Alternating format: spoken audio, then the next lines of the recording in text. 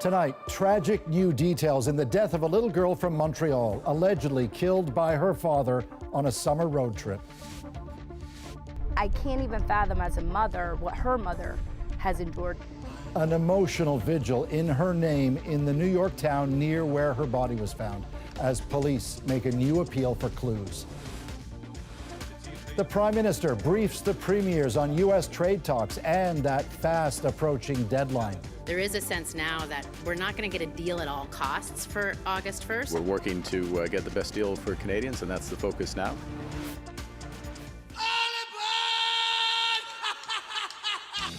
And from heavy metal to reality TV. I'm stuck on the Weather Channel. The life and legacy of Ozzy Osbourne, the Prince of Darkness.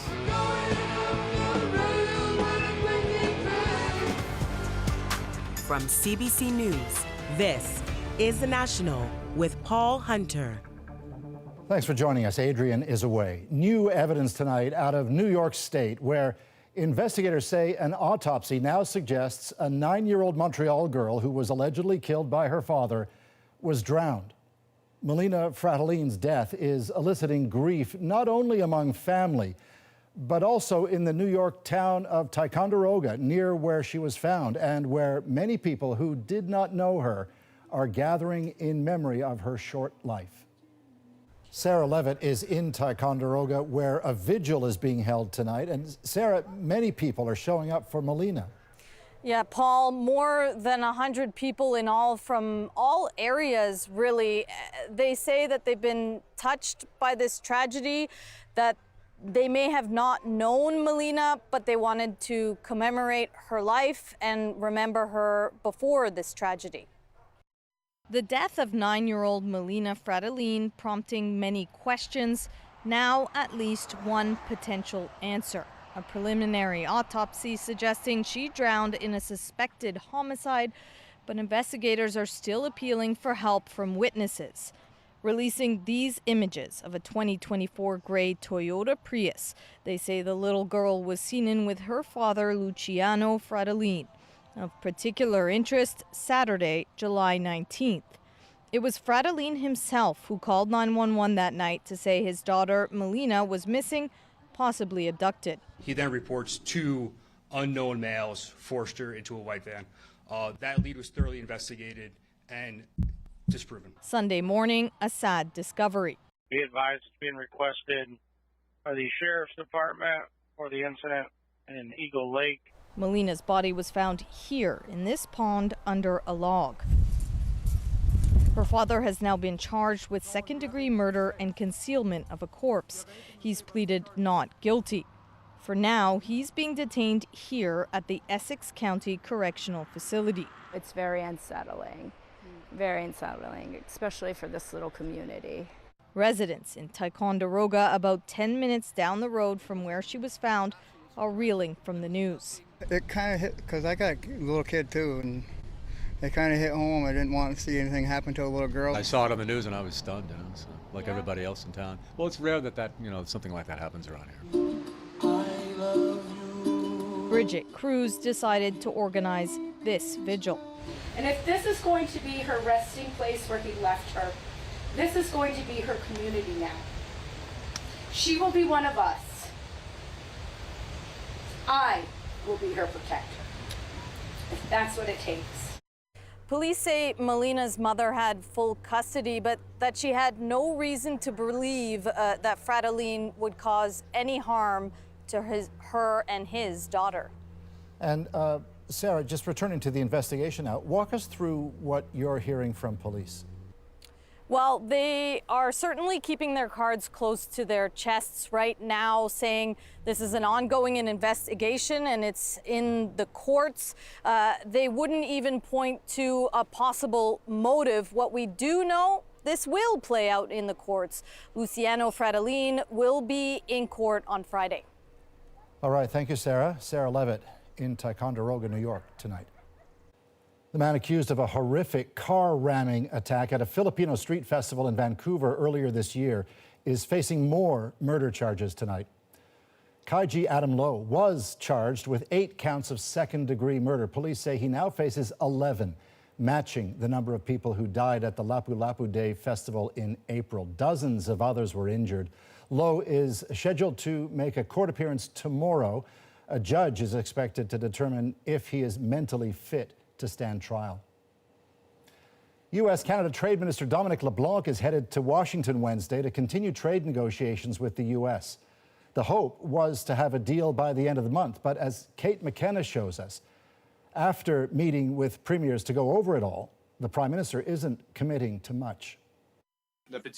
Prime Minister Mark Carney with an update on the topic that's upended Canadian politics. I'm going to call to order this First Minister's meeting. The trade war with the United States and the search for a new deal for Canada. We are looking for the best deal for Canada. We're only going to accept the best deal for Canada. The deadline for that deal was supposed to be 10 days from now, but after the meeting, premiers were tempering expectations. There is a sense now that we're not going to get a deal at all costs for August 1st, and we've encouraged the Prime Minister to not make a deal at all costs. I would be worried that if we constrain ourselves that we have to get a deal by a certain date, that we maybe have to, maybe do some things or give up some things. Asked about that August 1st deadline, the Prime Minister offered no assurances. What happens if there's no deal on August 1st? We'll see. We're working to get the best deal for Canadians, and that's the focus now. Faced with uncertainty, premiers are working to make the next generation less reliant on the United States. And what are you going to do for the Trump tariffs? There's one thing we can thank President Trump for, is getting us moving. Getting us moving, getting us united like I've never seen before across the country, and focusing on large infrastructure projects. Our phone is ringing off the hook from other countries who want to do more with Canada. I've had over 80 bilaterals with world leaders since I became Prime Minister. Is this the official meeting over here? The trade war renewing relations between Ottawa and the provinces. I would definitely say that it has it's brought the federal government and the provincial governments, I would say, closer together. So full disclosure, Prime Minister stayed at my place. We had dinner. We were up till 12:30 at night, chatting in front of the fireplace, solving all the world's problems. If no other agreement is reached, Donald Trump is threatening 35% tariffs on goods that are not currently covered under the existing free trade deal. Now, more than 90% of exports are covered, but there are existing tariffs on things like steel and aluminum, and no sign that those will be lifted either. Thank you, Kate. CBC's Kate McKenna for us in Huntsville, Ontario. Premiers are also signing a flurry of agreements at this summit. Saskatchewan now joining a push by Alberta and Ontario to build a pipeline between them, bypassing the U.S. Paula Duhatchik takes a look at how realistic that is. The premiers of Alberta, Ontario, and now Saskatchewan say this is a game changer. This new way of working together across provincial borders will benefit the people of Alberta, Saskatchewan, and Ontario, and ultimately all people across Canada. I could really just say ditto and sit down. The trio signed a memorandum of understanding, a call to build rail lines and pipelines to move Ontario's critical minerals west and Western oil and gas to Ontario, all of it without entering the U.S. In the heart of the oil patch, cautious optimism. What we're hearing is very positive out of the politicians. And so now it's how do you turn that into action? The opportunity is tremendous for First Nations in this scope, but they have to be included in all discussions, from top to bottom. But some say expecting action from this photo op might be overly optimistic. There's one thing for the politicians to sign MOUs, and then there's another much more complicated issue is whether these projects are economically feasible, if there are business reasons to do them. It probably changes almost nothing. This economist says the announcement is about painting premiers as pro-development so that any delays become a problem for Ottawa. Now, if the port doesn't get built in Moosonee or surrounding area, whose fault is it? Well, we told Prime Minister Carney this was a project of national interest. The Prime Minister is aiming to fast-track major projects with a new law now in effect. He also pledged to make Canada an energy superpower, many now waiting for him to make that happen. Paula Duhatchik, CBC News, Calgary. General Motors is reporting a big earnings hit, and it's blaming U.S. tariffs. The automaker says tariffs cost it $1.4 billion in the second quarter and that profits are down by 35%. GM is warning tariffs could take an even bigger toll next quarter. U.S. lawmakers attempting to force a vote calling for more transparency in the Jeffrey Epstein case have instead been sent home. The House Speaker choosing to adjourn for the summer in the face of the bipartisan push. But as Katie Simpson shows us, that pressure isn't going anywhere. Some business on Capitol Hill coming to a screeching halt early. Summer break bumped up by a day in the House. It spares Donald Trump from a potentially embarrassing vote of lawmakers demanding more transparency on the Jeffrey Epstein investigation. We're not going to play political games with this. We've all been very clear and transparent. The House Speaker, a staunch Trump ally, giving the president cover, saying a vote isn't needed because the White House already promised to provide more credible files. You also have to allow the administration the space to do what it is doing. A decision disappointing even Republicans, with some describing it as a stall tactic. Sort of stick your head in the sand, let the administration maybe dissipate this by dribbling some stuff out. I think it's a mistake. I think we just get on with it. Epstein, a convicted sex offender, died by suicide in 2019. Trump has struggled to distance himself from his former friend, and his administration has not released more Epstein files, despite promising to do so. Lawmakers say they'll subpoena Ghislaine Maxwell, Epstein's co-conspirator, who is serving a 20-year prison sentence, with the Department of Justice also requesting an interview. In a statement saying this DOJ does not shy away from uncomfortable truths, nor from the responsibility to pursue justice wherever the facts may lead, and that they hope to talk to Maxwell about anyone who has committed crimes. Deputy Attorney General Todd Blanche says he intends to do the interview. He previously served as Trump's personal criminal defense lawyer. I don't know about it, but I think it's something that sounds appropriate to do, yeah. Increasingly desperate to divert attention, the president making wild, unsubstantiated claims, calling for the arrest of his political opponents. After what they did to me, and whether it's right or wrong, it's time to go after people. When asked about the Epstein investigation, Trump now deflects to allegations that Democrats Barack Obama, Hillary Clinton, and Joe Biden took part in a conspiracy to rig and steal elections, mashing together some outright lies and other misleading claims. And Katie, I guess it's gotten to the point now that Barack Obama is speaking out on this? Yeah, his office issued a statement acknowledging that it does not normally dignify, quote, constant nonsense and misinformation with a response. But in this case, he's calling the attacks ridiculous and weak. Thank you, Katie. That's the CBC's Katie Simpson tonight in Washington. There is an urgent plea tonight from more than 100 humanitarian organizations demanding more aid be allowed into Gaza and changes to how it's distributed. Nella Ayed shows us the desperate reality on the ground, what the UN today called a horror show. For months, aid groups insisted Gaza was careening towards famine. Imagine the desperation it takes to wade into this. I went to die to get a bag of flour for my children, says Muhammad Abu Jabal, who was injured in the crowd. This bag, he says, is soaked with blood. Even before this conflict, Gaza was heavily dependent on what comes in from the outside. Now, aid is handed out by the American-Israeli-backed effort, the Gaza Humanitarian Foundation, that the UN says hundreds of Palestinians have been shot trying to access. Israel acknowledges a shortage of aid, but blames the UN and denies there is a famine. The UN says Israel's expanded offensive into central Gaza is threatening the last lifelines keeping Palestinians alive. And now we are seeing the last gasp of a humanitarian system built on humanitarian principles. It's why more than 100 humanitarian organizations issued an urgent plea for aid to start flowing. And we're talking about hunger. This Canadian aid worker on the ground says the decline has been steep. I think what's worse is when I walk around the hospital, before even getting into my patients, I am accosted a dozen times in all directions, just asking and pleading for food in any way, shape, or form. To look at parents and to say your child is not malnourished enough to justify access to this treatment is heartbreaking.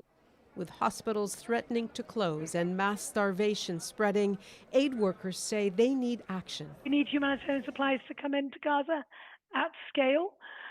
We need the bombs to stop dropping on children. Words are great, actions obviously are very powerful. On the ground, thousands of Palestinians are again on the move. Makeshift homes left behind, futures uncertain. Nala Ayed, CBC News, London. In Bangladesh, hundreds of angry students are demanding answers after an Air Force training jet crashed into a school, killing 31 people. The students want accountability from the government, as well as compensation for the victims' families. On Monday, the plane used by the Bangladesh Air Force crashed into the school, bursting into flames. At least 25 of those killed were children. The military says the plane had a mechanical failure. Well, British rocker Ozzy Osbourne has died, aged 76. His farewell performance just over 2 weeks ago included his original Black Sabbath bandmates and performances from some of the famous groups they influenced. Magda Gebrselassie looks at the life and legacy of the godfather of heavy metal. Sitting on his throne, this was Ozzy Osbourne rocking out at his final concert this month.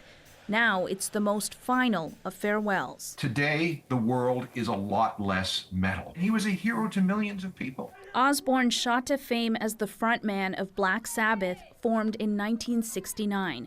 For the next decade, the band made a huge mark on heavy metal music with hits like Paranoid.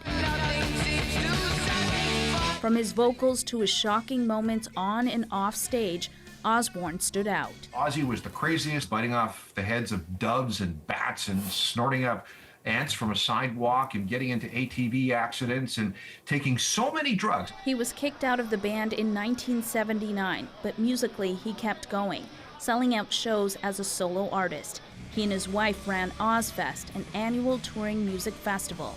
And he was inducted into the Rock and Roll Hall of Fame twice. He loved pleasing the fans. He was almost obsessively involved in wanting to give the fans a good show. Sharon! Sharon! Fans loved him on MTV's reality show, The Osbournes. He and his family gave viewers a look inside their private lives, laying the groundwork for future celebrity reality shows. He kept performing even after being diagnosed with Parkinson's disease.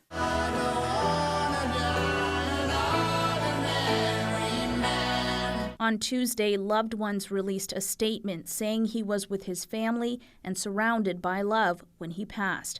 Online, the tributes keep coming. Black Sabbath posted this picture with the caption, "Ozzy Forever." Pearl Jam thanked Osbourne for his music, calling his voice a great escape.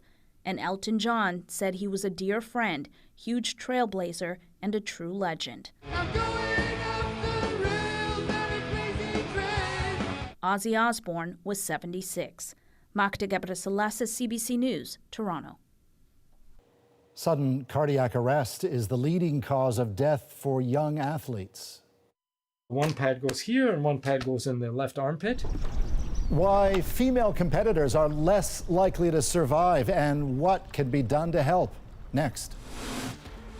Plus, the push to reclaim an important rite of passage. There is a lot of exclusion because of homophobia and transphobia and misogyny.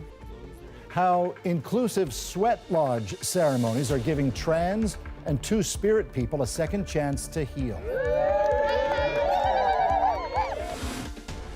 And consumers are spending big to snap up the latest viral collectible. What color is it?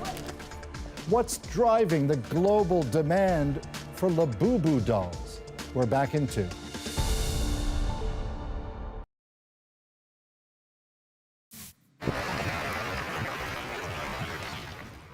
The Premier of South Australia is calling an outbreak of toxic algae a natural disaster.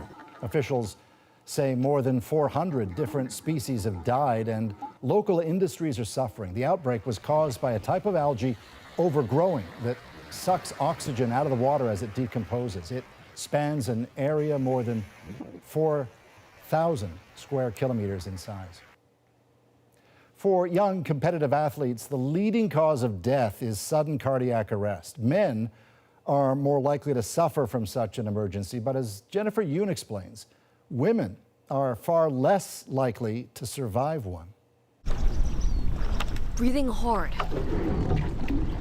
pushing yourself harder, winning the race. A medical emergency is the last thing on this varsity athlete's mind.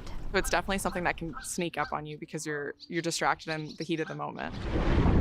A sudden cardiac arrest is rare, but it's the leading cause of death for young athletes like McDonald.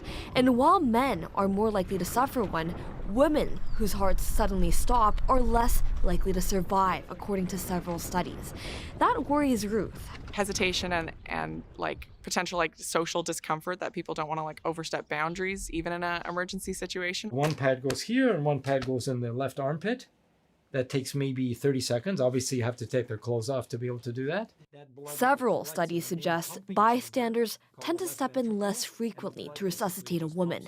And in an emergency, every second matters. For every minute of delay, it leads to a 10% increase in death rates. So after 10 minutes of a cardiac arrest, the chances of survival, unfortunately, are very, very small.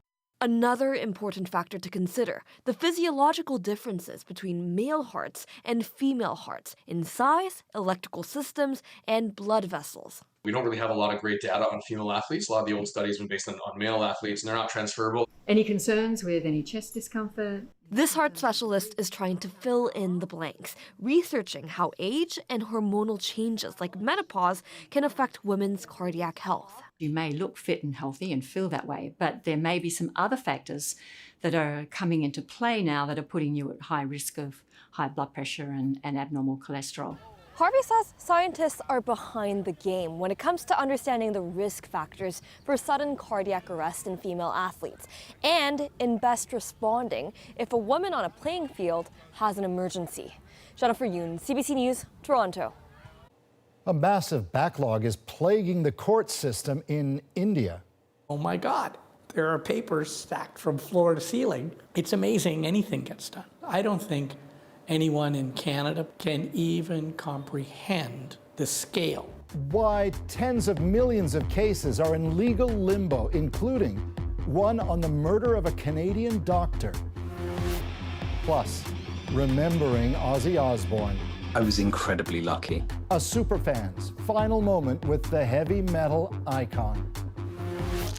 And how Labubus became one of the world's hottest collectibles. The National takes you deeper into the stories shaping our world next.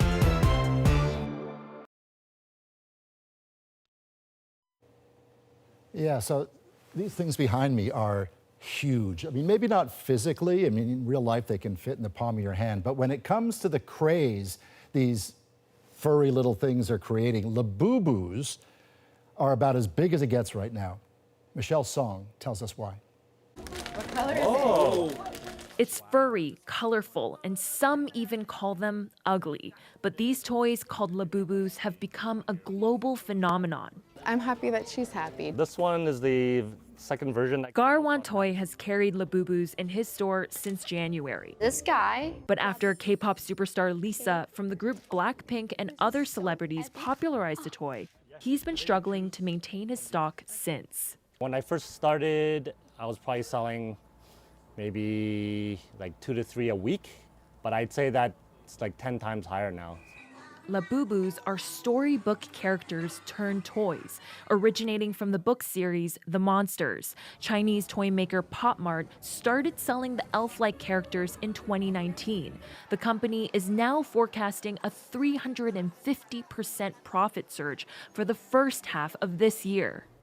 Part of the excitement comes from the gamble. Each box carries a specific character, but you don't know which one you'll get until you open it, and some are more rare than others.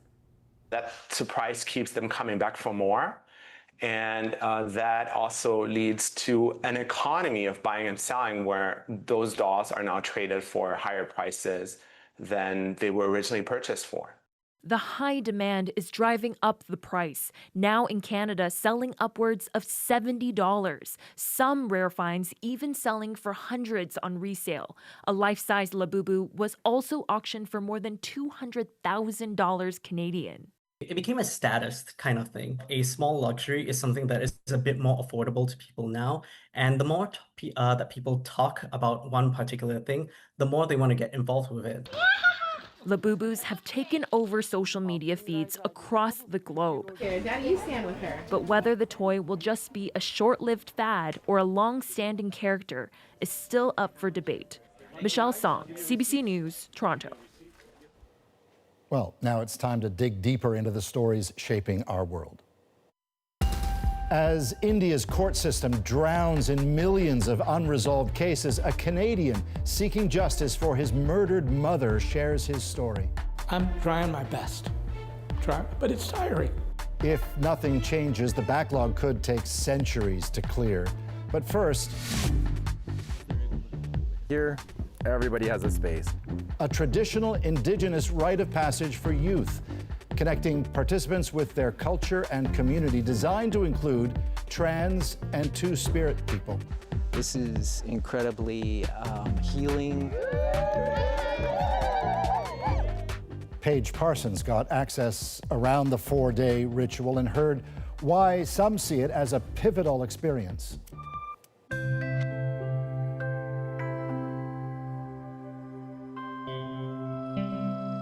You tie them together, and these are offerings for Creator, Mother Earth, your spirit, keeper, and then for yourself. Warren Isbister Bear and his husband traveled here from Saskatoon so that Isbister Bear can be part of reclaiming a practice lost to generations of Indigenous communities. We enter into the fast, and we start off, we do 2 rounds of the sweat lodge ceremony, and then right away we walk into the forest here, and that's where we'll build our own lodges, and we'll stay there for 4 days. Sacrificing food and water in pursuit of a life-changing experience. For me, as a two-spirit Neheo Cree man, I've been married to my partner now for 11 years now, and I think for me it's a way for us again to connect and create those safe spaces. Rite of passage ceremonies like these and many other Indigenous cultural practices were disrupted by colonialism. Some communities have started to bring them back. But Dr. James Makokis says they're often run in ways that don't include people who are gender diverse or who have different sexual orientations. And unfortunately, in a lot of our ceremonial spaces, there is a lot of exclusion because of homophobia and transphobia and misogyny that's been imposed through colonization. That's why Makokis co-founded the Humble Lodge, a camp set up on donated land in Treaty 6 near Pigeon Lake, about an hour south of Edmonton, where gender-diverse people can engage in cultural practice as their true selves. Here, everybody has a space. They could be who they want to be. They can dress how they want. They can present how they want. And it's incredible when that happens because for once, maybe for the first time, they are accepted for who they really are. This is the second year the Humble Lodge has run this inclusive version of the rite of passage. Traditionally for adolescents as they reach puberty, many 2S LGBTQ+ adults are participating because they never got the chance to do it when they were younger.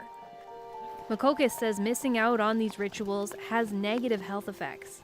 We see some of the challenges of that, especially with trans and two-spirit youth who experience higher rates of suicidality or self-harm or mental health issues like anxiety and depression. And that getting people back to this practice is healing and can help them deal with mental health challenges, addiction, and other issues. This one's too high. We can transform those health statistics around Two-Spirit and trans folks in particular, and elevate them to their rightful place within our own societies. It's a major undertaking, with participants in the fast and helpers who support them arriving from all over the country. Yeah, pull it. The fast is bookended with ceremony inside a sweat lodge built by the helpers. 1, 2, 3! Yeah, you got it. That is awesome. Back at camp, I caught up with Chase Willier, a Two-Spirit trans man, as he prepared for the 4-night fast. All this tomato juice. He knows it'll be a grueling mental and physical challenge. At 66, the retired RCMP officer is the oldest participant. He never got the chance to go through the rite of passage as a youth. I'm Nihiao, which is Cree, from Treaty 6, Saddle Lake on my mother's side, and Sucker Creek First Nation, Treaty 8 on my father's side. I was adopted out, part of the 60 Scoop, so I was raised in the Okanagan Nation, or Silt's territory, and eventually landed up in Vancouver. As an adult, he participated in other sweats and ceremonies, but Humble Lodge's inclusive approach is different. Ceremonial spaces especially are very male-female. In the Okanagan Nation, where I grew up, and I went to, started sweats in 1983 of July, right? So that's a woman's sweat, they sweat separately, and the men sweat separately. And that was before even the time of Two-Spirit, even before the definition of Two-Spirit even was around. And why I'm here is because this is my territory, and it's a long story to get back here. It's taken a whole lifetime to actually make full circle to be here.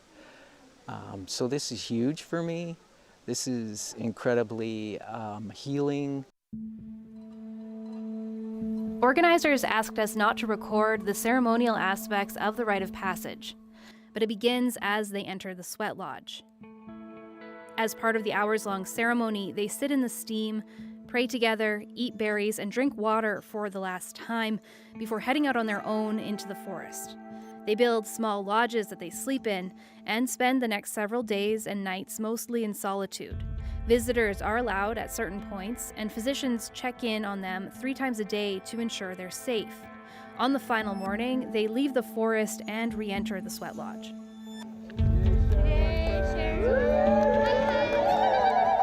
Once they've emerged, it's time to celebrate.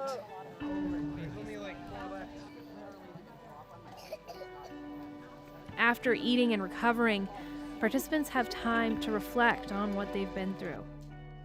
Overjoyed, happy, so much love. The experience just was very life-changing. Sometimes we go our whole lives searching for that connection. And I think I found that here. Willier found the full circle experience he was seeking. I was 5 years old, living in Edmonton with my settler parents, my adopted parents, and all I wanted was to go home. Know my culture, speak my language. That's all I wanted, right? So here I am. Bokokis and the other Humble Lodge founders believe the stakes of making sure these inclusive spaces exist are high. Especially in a time when there's so much divisiveness around gender fluidity and gender identity in this province and other provinces in the US and in the world. The hope is that work here at Tapete Mogamik, or the Humble Lodge, inspires a renewal of the once widely practiced ceremony in a version accessible to every Indigenous person. We all need love, Sagituin. Love is the best medicine that we can give one another.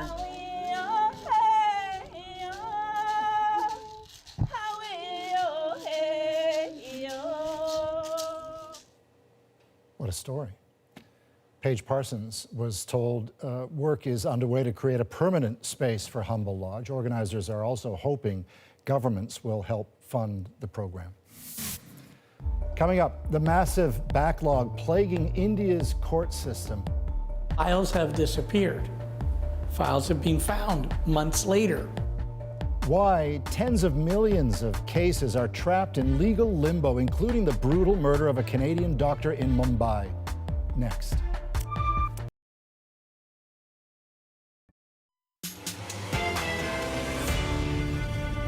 In India's overloaded court system, a backlog of cases makes for agonizing delays for litigants, for victims, and for those accused. We're pretty much in panic mode. Some have waited decades for justice. Our South Asia correspondent Salima Shivji looks at the factors clogging India's courts and how AI offers a possible way out. A country of 1.4 billion, the world's most populous. The mass of people on India's streets is often hard to fathom. Equally hard to imagine the massive backlog plaguing India's court system. There's desperation. It's become so monumental. I think we're pretty much in panic mode. The courts completely overwhelmed, with lawsuits moving at a glacial pace and paperwork piling up. Oh my God, there are papers stacked from floor to ceiling. It's amazing anything gets done. I don't think anyone in Canada can even comprehend the scale. There are tens of millions of cases, both civil and criminal, wending their way through India's judicial system, a docket that would take several hundred years to clear fully. The feeling that we can't do anything about it, it's too late.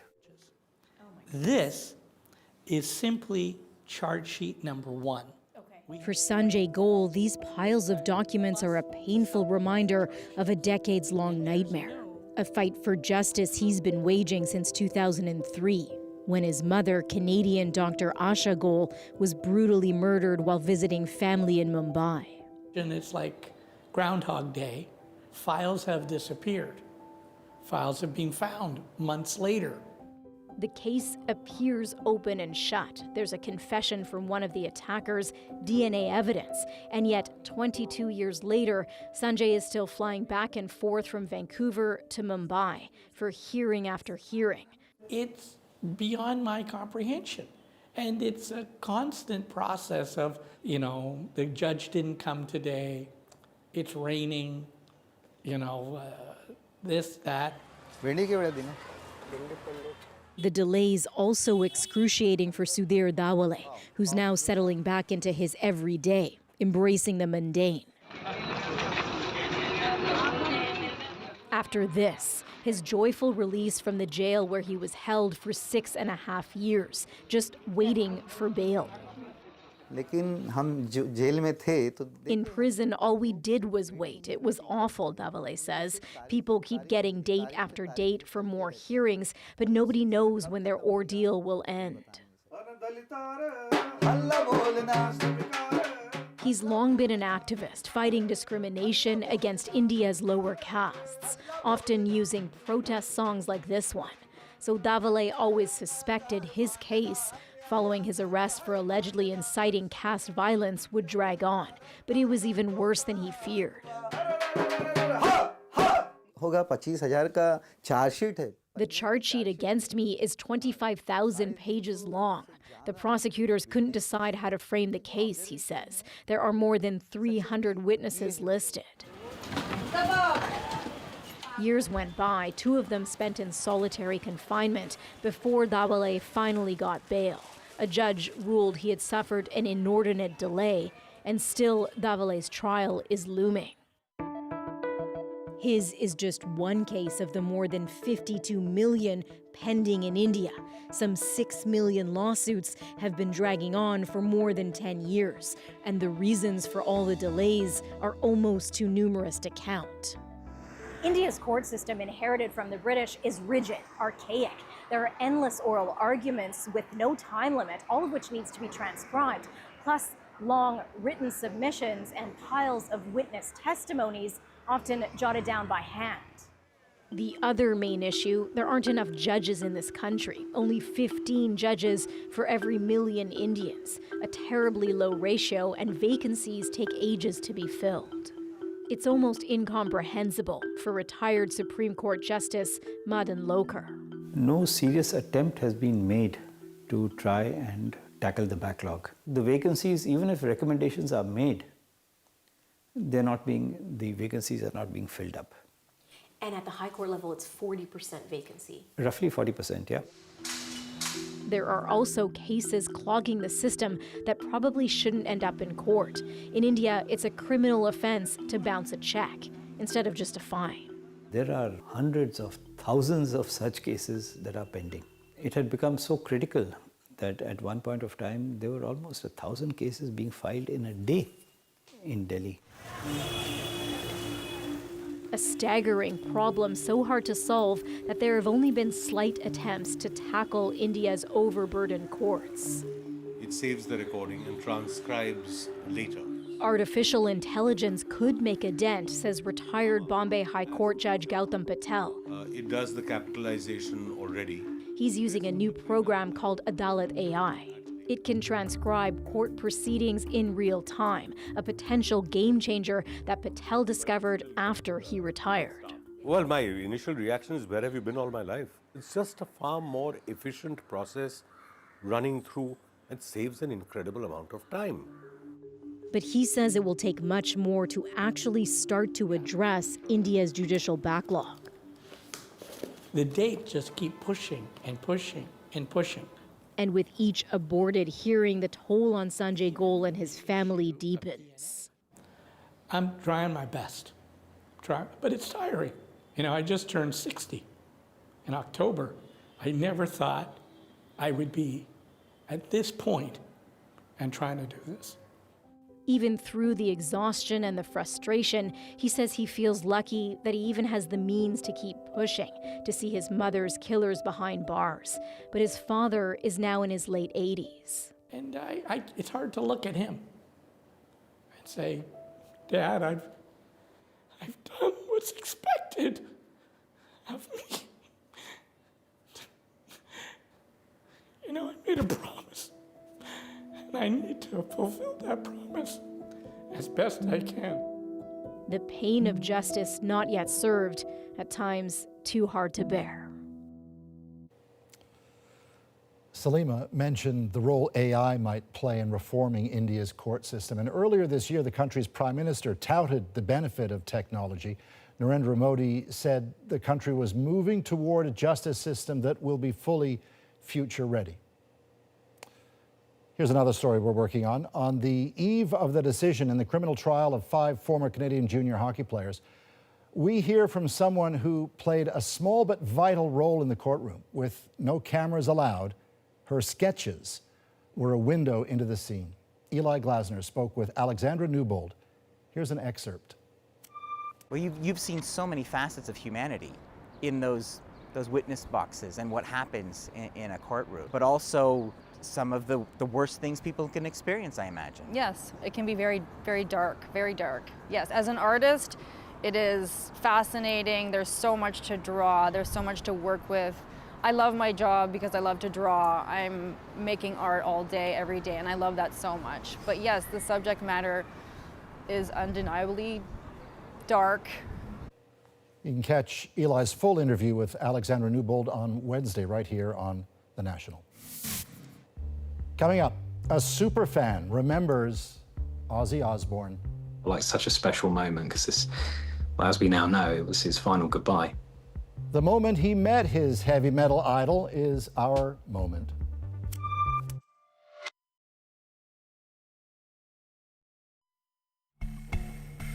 This is Luke MacDonald, a painter from England shaking hands with the now late legendary Ozzy Osbourne after his final Black Sabbath show just earlier this month.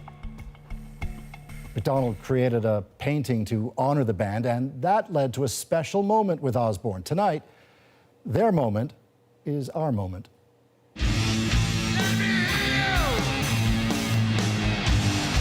I got asked to produce a painting backstage, something that honoured Ozzy and Black Sabbath. It's called The Rise of Henry. Henry is Black Sabbath's mascot. They were wheeling Ozzy towards one of the exits, and he stopped by me, and he shared some really kind words. I got to hold hands with him for a moment, and then he signed the painting and he left. It was totally unexpected. What we saw on stage was not what you saw off stage. There was a real frailness. What an incredible, aspiring thing to have done, to have got up in front of all those people and celebrate and say goodbye. They were one of the main acts, I would say, that really shaped my life. It felt like such a special moment because this, well, as we now know, it was his final goodbye. Yeah, I was incredibly lucky. You know, I bet you if you said to Ozzy Osbourne 50, 60 years ago that you're about to become an icon to metalheads everywhere, sell 100 million records, bite the heads off bats, your family's going to become famous in the TV show about the family, and then that guy's going to come up to you at the end of it all and say, you changed my life. I think Ozzy would say he's good with all that. Thanks for being with us. I'm Paul Hunter. Take care.